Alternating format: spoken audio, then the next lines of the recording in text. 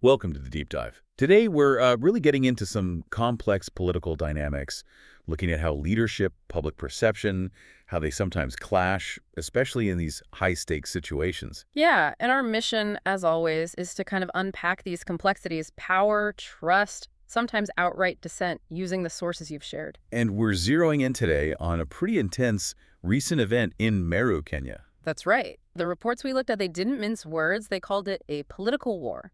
Basically, state power versus some very vocal dissenting forces. A real confrontation. You had President William Ruto and his Kenya Kwanza team on one side. And then, interestingly, his former deputy, Reddy Gachagua, who now leads the DCP, heading up what the sources called anti-establishment troops. So not your average political rally, more like a public showdown. Selling hope versus, well... Accusing betrayal. That was the other side of the coin. Very stark contrast. Okay, let's unpack President Ruto's side first. What was the administration pitching in Meru? Why was this specific place so important for them? Well, their main selling point, according to the sources, was their development records. Okay, development, like infrastructure, services. Exactly. Trying to show tangible changes, remind people in Meru who, remember, supported Ruto heavily in 2022 that the government is delivering. Makes sense. Reinforce the base. And they were heavily relying on their deputy, Professor Kindon, who's actually from that region, banking on him to, help maintain that support. It was a leadership play, trying to demonstrate effectiveness. Right. But then you have Gachagua. Such a different approach, wasn't it? Oh, completely different. While Ruto's team is talking development, Gachagua and his anti-establishment troops, their narrative was laser-focused. And that was? Betrayal, plain and simple.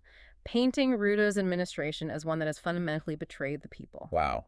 That's strong language. Incredibly strong. The sources called it intense political moments. You had these two factions just firing missiles at each other, metaphorically speaking, but on the same ground in the same region. So it becomes a battle over the story, over the narrative itself. Precisely. Who owns the narrative? Is it success through development, or is it failure through betrayal? It got very public, very aggressive. And it wasn't just talk, right?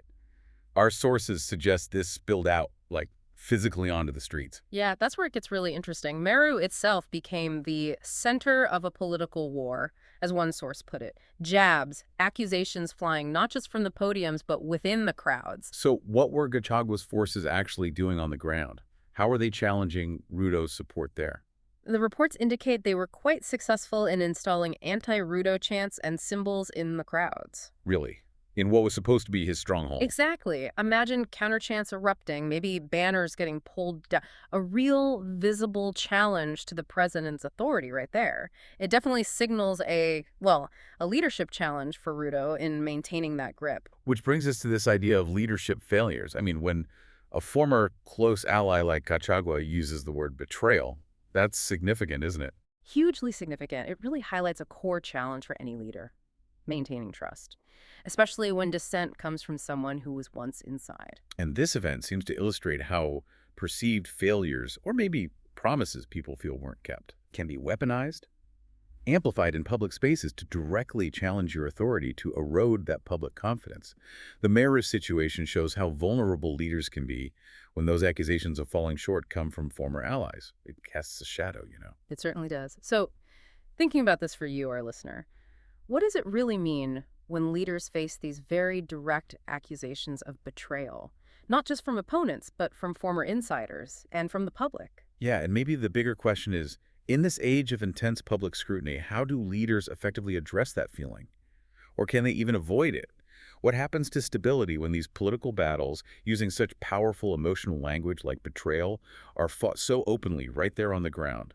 It's definitely something to keep in mind as you watch politics play out wherever you are.